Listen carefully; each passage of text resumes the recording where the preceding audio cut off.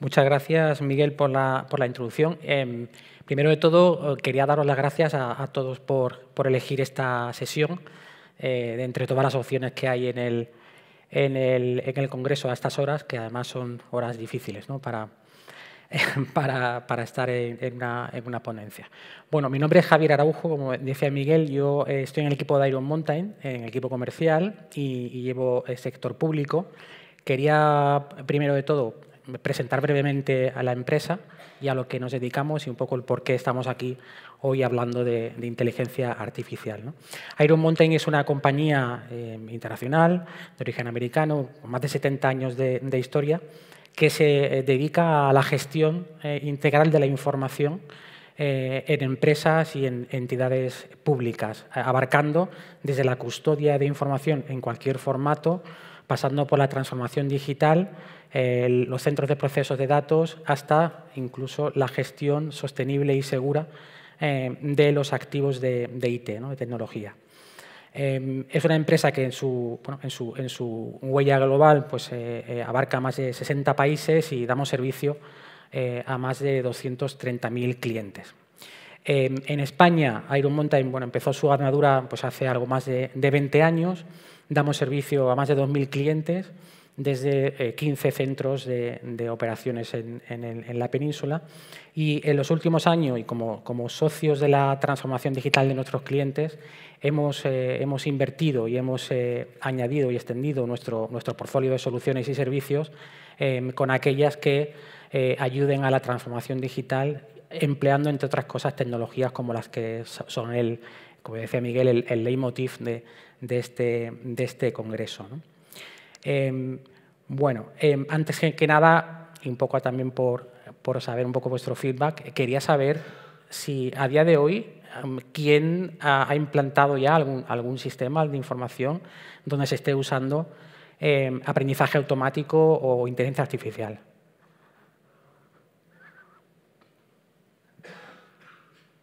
Nadie, veo que todavía está la cosa muy incipiente. Bueno, yo vengo un poco a hablar a intentar, no sé si convenceros o daros alguna pincelada de cómo lo vemos en Iron Mountain, ¿no? Empezaremos un poco hablando o preguntándonos qué hay de realidad en todo esto de la inteligencia artificial, si esto es una moda, es un nuevo hype, como los que hemos vivido pues, con el metaverso y con otras cosas, o si de verdad esto es algo real y tangible. Luego nos preguntaremos si tiene sentido que nos subamos a esta moda o no. ¿Cómo lo hacemos? ¿Por dónde empezamos? ¿Cuáles son las oportunidades o las amenazas que vemos? Y por último, pues algún ejemplo, ¿no? Algún ejemplo de práctico, real, de uso de esta tecnología. Aunque esta mañana mis compañeros de ponencias ya han ido adelantando algún caso real bastante interesante, ¿no? Vale, otra pregunta que os veo así todavía muy parados. ¿Alguien corre? ¿Alguien sale a correr? Aquí veo más algún otro runner. Vale, muy bien, muy bien. Yo también salía a correr. Más que correr, yo salía a trotar, ¿no? Como dice un amigo mío de fatigas, que yo ya lo de correr me parece como demasiado pretencioso. Yo salía a trotar y iba incluso a carreras populares, ¿no? Hacía mis carreras populares y tal. Y luego vino la pandemia y pues dejé, ¿no?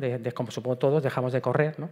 Y este año por fin, ¿no?, me he lanzado otra vez, ¿no? y he salido a correr, ¿no? A una carrera, no sé si los que han levantado de la mano, si la han corrido, ¿no? La de Madrid Corre por Madrid, es bastante famosa, va por el centro de Madrid y tal, ¿no? Bueno, pues esta carrera es curioso porque, para dejar constancia, porque hoy día tienes que dejar constancia de todo, ¿no?, de que has hecho una carrera, pues distribuyen, ¿no?, fotógrafos, ¿no?, por todo el recorrido, las zonas estratégicas, ¿no? Entonces te disparan fotos, ¿no? A todo el mundo van disparando fotos, ¿no? Y entonces tú terminas la carrera, o no, lo que puedas, y al día siguiente, ¿no?, de la carrera, pues te llega un correo y te dice sus fotos de la carrera, ¿no? Bueno, pues esto no es la primera vez que pasa, ya lo había visto en otras carreras, pero este año me llamó la atención que para encontrar tus fotos lo que te pedían era que te hicieses un selfie. Hágase un selfie con el móvil, ¿no? Entonces digo, ¿un selfie? Tal, puse así el móvil, me hice un selfie y me dijo, buscando, ¿no? Y así como a los 10 segundos me salieron como 20 fotos en las que os puedo asegurar que esta es en la que mejor estoy, o sea, por eso la he puesto, ¿no? Pero las otras 19 fotos eran horribles, yo estaba con la cara desfigurada, muchísima gente alrededor, ¿no? Y es sorprendente, a mí me sigue sorprendiendo, y llevo 25 años en esto de la tecnología, cómo algo puede hacer que yo, solo poniendo mi fotografía, o sea, mi imagen, pues encuentre todas las fotos en las que yo salía en algún momento, ¿no? Y en algo tan, dejadme decir, tan banal como una carrera, ¿no? Una carrera popular. Es decir, no es ninguna aplicación realmente importante, ¿no? No sé si, bueno, supongo que también todos tendréis, ¿no? Algún cacharro de estos. Yo me compré el primero hace 12 años o 13 ahora, y aparentemente era igual que este, ¿no? Pero era un cacharro que tú ponías en el centro de la habitación, ¿no? Y le dabas un botón y aquello empezaba pues, a hacer recorridos como aleatorios, ¿no? Por toda la habitación, ¿no? Y entonces, bueno, pues si lo dejabas allí y no se encontraba ningún objeto por medio, pues al rato te conseguía aspirar la habitación, ¿no? El mío además era súper sofisticado, llevaba unos accesorios que los ponías en las puertas y entonces se suponía que con eso podía ir de habitación en habitación, era lo más, ¿no? Si te dejabas una puerta abierta, aquello se perdía y bueno, pues gastabas toda la batería y no habías conseguido hacer nada. Pero hoy día no, hoy en día estos te hacen un mapa dinámico de todo tu piso, que además lo puedes ver en el móvil. Incluso cuando se encuentran un objeto saben decirte si eso estaba allí o no. Entonces te dicen, oye, esto no estaba aquí, esto va a estar siempre aquí desde ahora, a partir de ahora, o lo tengo que esquivar, ¿no? Entonces, claramente ha habido una evolución, ¿no? en este tipo de objetos, ¿no? Otro más, ¿quién no tiene un asistente virtual en su casa, ¿no? Datos del año pasado, el 40% de los hogares españoles tenían un asistente de voz, ¿no? E interactuamos con ellos 5.000 millones de veces. 5.000 millones de veces. Bueno, si alguien tiene un router medio sofisticado en casa y quiere hacer pruebas, que investigue el tráfico de red de uno de estos aparatos y veréis lo que está todo el día, ¿no? Trabajando. De hecho, fijaros, ¿no? Más de 6 millones le han dicho te quiero a Alexa en el último año. Bueno, con todo esto, ¿qué quiero decir? Pues que al final la tecnología, la inteligencia artificial, el aprendizaje automático está al alcance de todos. Es decir, se ha permeado en la sociedad y bueno, en los últimos meses estamos viendo incluso aplicaciones, ¿no? Que hacen que el Fari, ¿no? Que para descansar, pues hable en otro idioma, ¿no? y cante, ¿no? Y incluso tenemos problemas para identificar lo que es verdad de lo que no lo es, ¿no? Por lo tanto, a la primera pregunta que os planteaba, sí, es decir, la realidad es que la inteligencia artificial está entre nosotros, es algo que es un cambio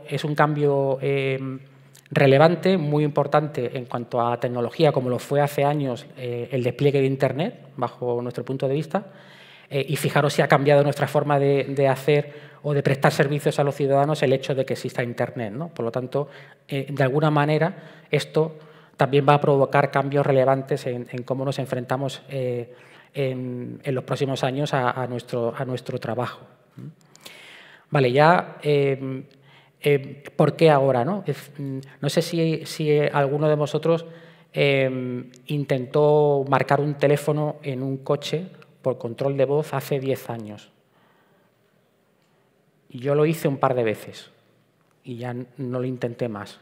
Era prácticamente imposible marcar un teléfono y que aquello te entendiese, ¿no? Entonces, no hay nada más frustrante, de hecho, que hablarle a una máquina y que no te entienda, ¿no? Pues te sientes, ¿no? Bueno, en general, cuando desplegamos tecnología en una organización o intentamos generar un cambio, hemos de asegurarnos de que la experiencia del usuario final sea satisfactoria, es decir, la experiencia con ese cambio que estoy intentando introducir sea satisfactoria. Y estamos ahora en un momento en el que efectivamente eso es así. Es decir, ahora te montas en el coche y llevas a la Siri al lado, ¿no? Y a la Siri le puedes decir lo que quieras porque te entiende, ¿eh? Y cuanto más complejo es lo que le dices, mejor te entiende.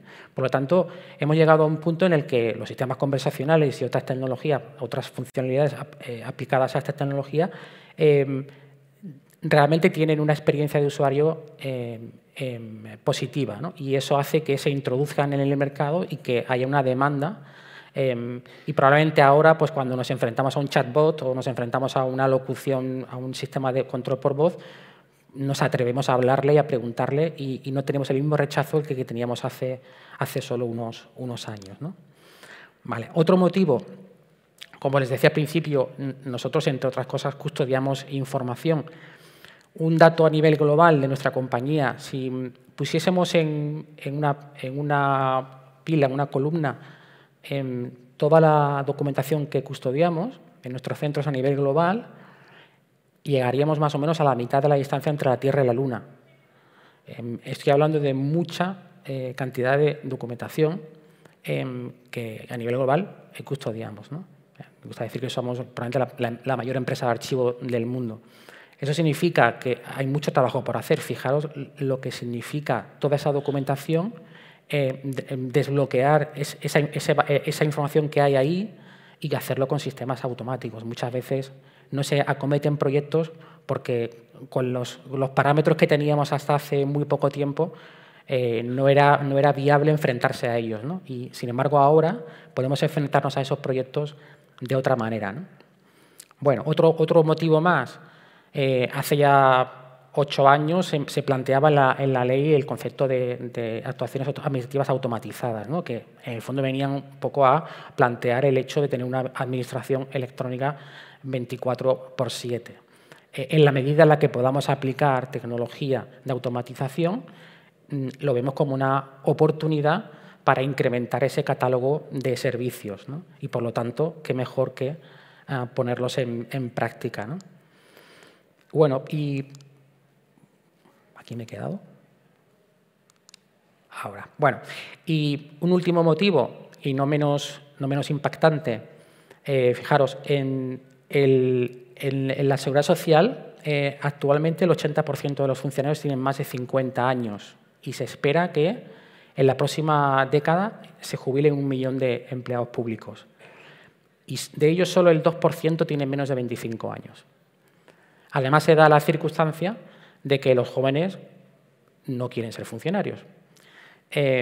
Por lo tanto, esto también dibuja un panorama de escasez de recursos en la Administración.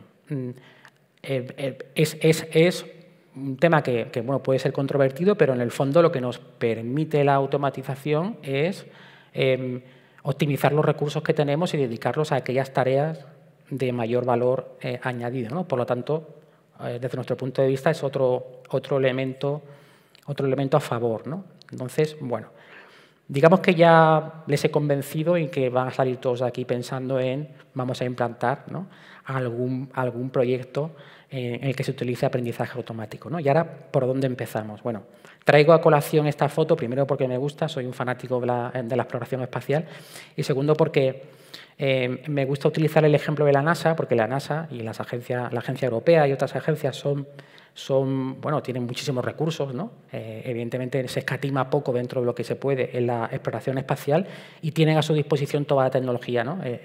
Toda la tecnología disponible, ¿no? Y, de hecho, muchos de los avances que luego utilizamos en la vida diaria, como saben, han sido parte o fruto del desarrollo de la carrera espacial. Pero a mí me gusta fijarme en ciertos detalles, ¿no? Entonces, el Perseverance, ¿no?, que amartizó en Marte en el año 2020, es un robot que utiliza para sus sistemas de control un equipo de computación que es equivalente a un iMac del año 98. Es decir, es un equipo que tiene 256 megas de memoria y creo que eran 200 megahercios de procesamiento. Es decir, es un equipo bastante más simple que la tecnología existente cuando se lanzó esta misión. ¿Y por qué hace esto la NASA? Porque teniendo la capacidad de hacer más, prima la fiabilidad. Es decir, estoy invirtiendo en hacer algo que es muy complejo y no quiero fallar, ¿no? Y pongo eso como ilustración de lo que entendemos que debe de hacer la Administración pública cuando se enfrenta a nuevos desarrollos disruptivos de tecnología, ¿no? Hay una sesión aquí en este congreso acerca del uso de ChatGPT en la Administración. Estoy tengo curiosidad de ver ese enfoque, pero un poco lo que vengo aquí un poco a recomendar, ¿no? Pues es el despliegue de este tipo de tecnologías en un enfoque más, digamos, más conservador o más distribuido por fases, ¿no? ¿Y dónde nos podríamos centrar? Nos podríamos centrar en la automatización de aquellas tareas que consideramos que son repetitivas y que son fácilmente automatizables y que nos van a permitir a corto plazo obtener un retorno en cuanto a, por ejemplo, la reducción de los tiempos de tramitación de nuestros servicios, ¿no? Y aplicando qué parte de la inteligencia artificial, pues aquella que tiene que ver con el reconocimiento de patrones y con el procesamiento del lenguaje natural. ¿Por qué? Porque son dos partes de la inteligencia artificial que están suficientemente maduras y que nos van a permitir un despliegue dentro de nuestra organización con un retorno en cuanto a experiencia de usuario que nos va a facilitar la gestión del cambio, ¿no?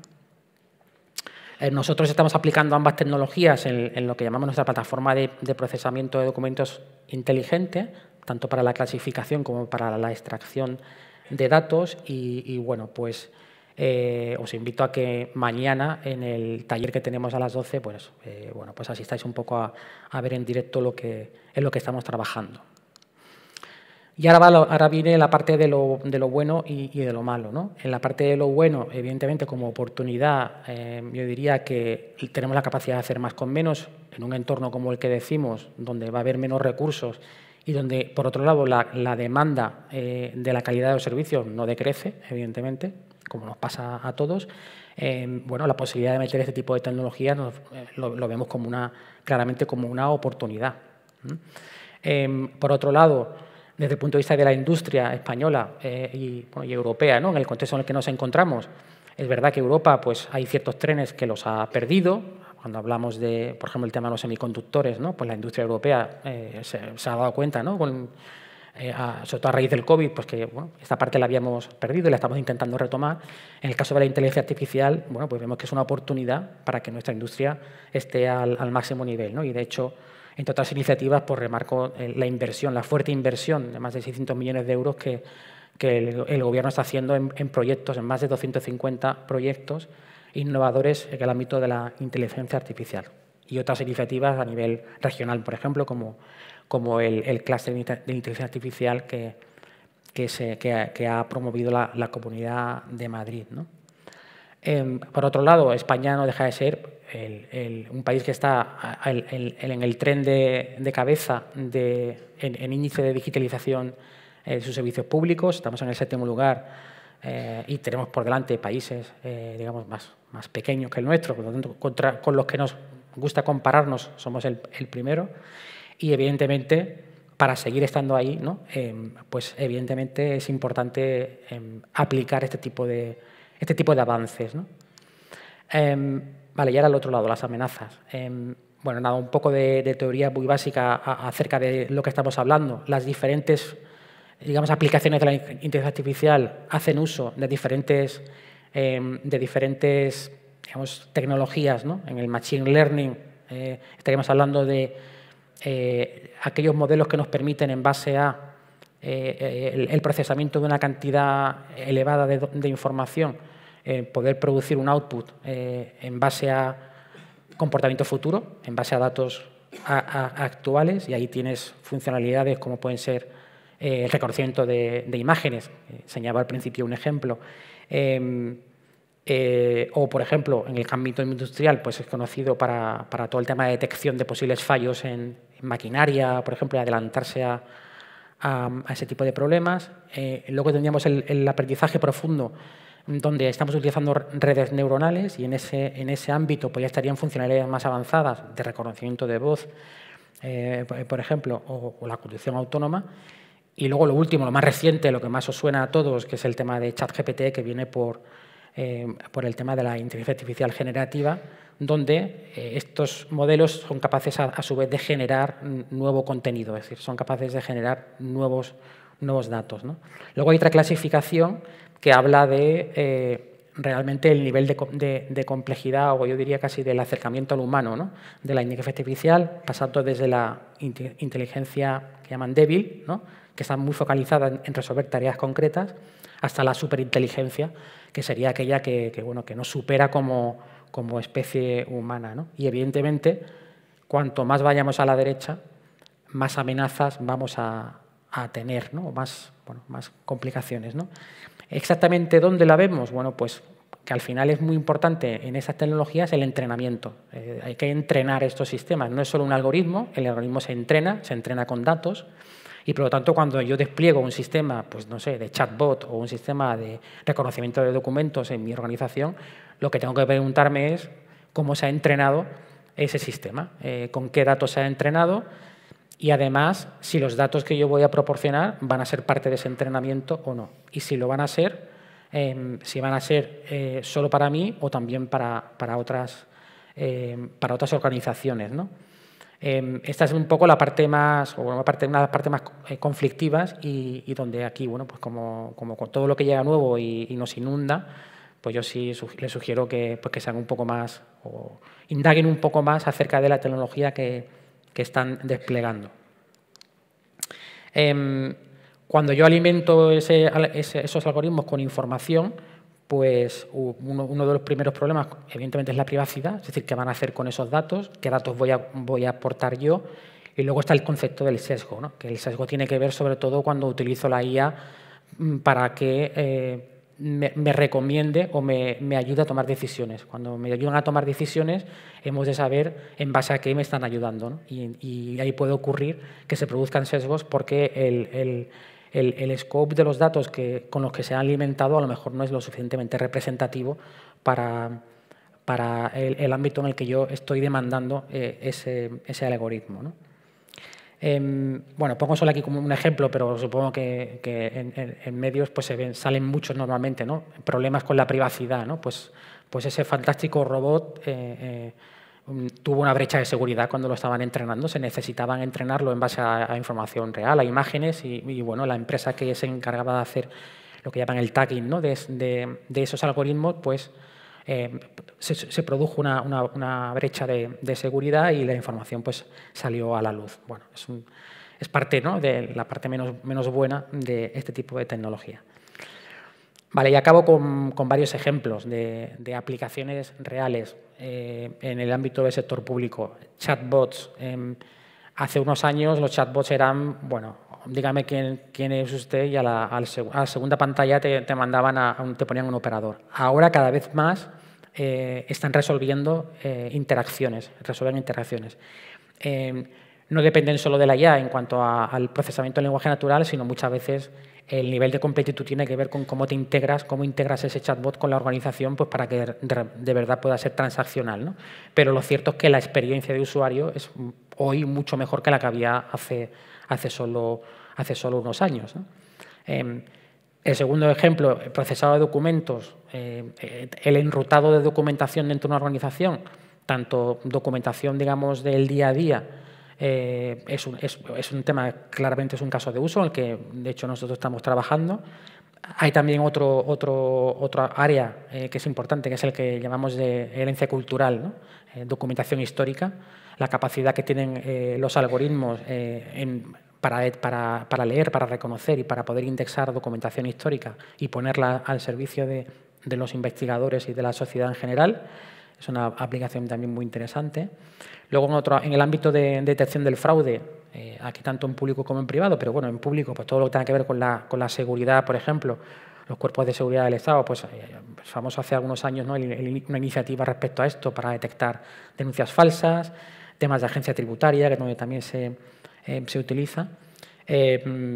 Hemos visto hoy, esta mañana, Raquel de la Fábrica Nacional nos hablaba también de la biometría, la identificación biométrica, otro ámbito en el que se está utilizando. Y por último, el último en el que quería resaltar en la parte médica, ¿no? Es decir, en el diagnóstico médico, otra aplicación del reconocimiento de patrones, pues todo tiene que ver con el cribado de pruebas médicas, Hay incluso aplicaciones que te puedes descargar y te analizan un lunar y te dicen si es un melanoma. Bueno, yo creo que estamos en un mundo apasionante, uno más, si no teníamos pocos. Y nada, espero que esta media horita pues, les haya sido útil y amena después de la comida. Y nada, pues les animo a empezar y a embarcarse en este nuevo mundo de la inteligencia artificial. Muchas gracias.